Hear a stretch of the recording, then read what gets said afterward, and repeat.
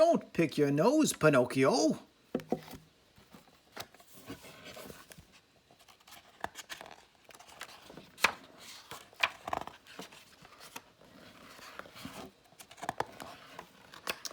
Geppetto was a carpenter. He had no family and was very lonely. He decided to make himself a wooden puppet boy and pretend that it was his son. The puppet was very realistic and even had nostrils. Geppetto called him Pinocchio.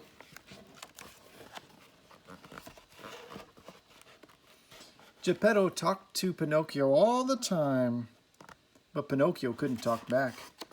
Geppetto got some very strange looks when people saw them together.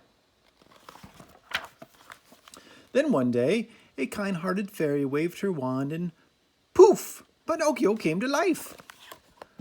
Be a good son to Geppetto, the fairy told him. Don't tell lies and don't pick your nose.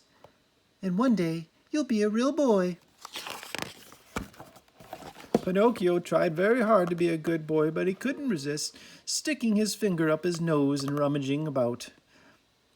He pulled out a little wooden boogers and flicked them across the floor. Geppetto slipped on them and fell with a bump. Pinocchio, he shouted, have you been picking your nose? No, Father, said Pinocchio, and boing, his nose suddenly grew. That's what happens when you tell a lie, said Geppetto. Pinocchio, have you been picking your nose? Asked Geppetto again.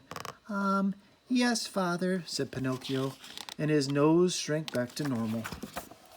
One day, Pinocchio was playing under the kitchen table. Are you picking your nose, Pinocchio? Called Geppetto. No, Father, called Pinocchio. Boing!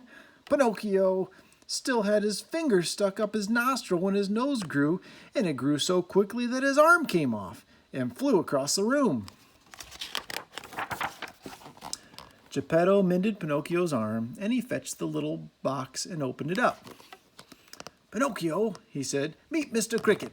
He's going to stay with you and help you stop picking your nose.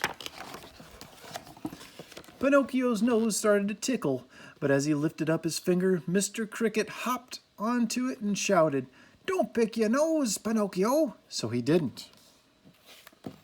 Then Mr. Cricket played games with Pinocchio to keep his fingers busy.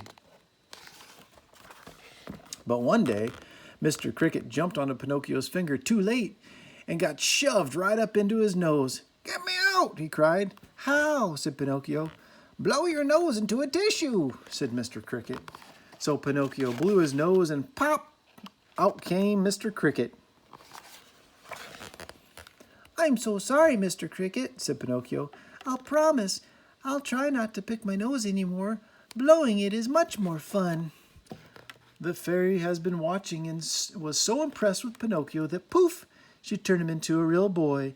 And from that day on, Pinocchio never ever picked his nose again. Brrr.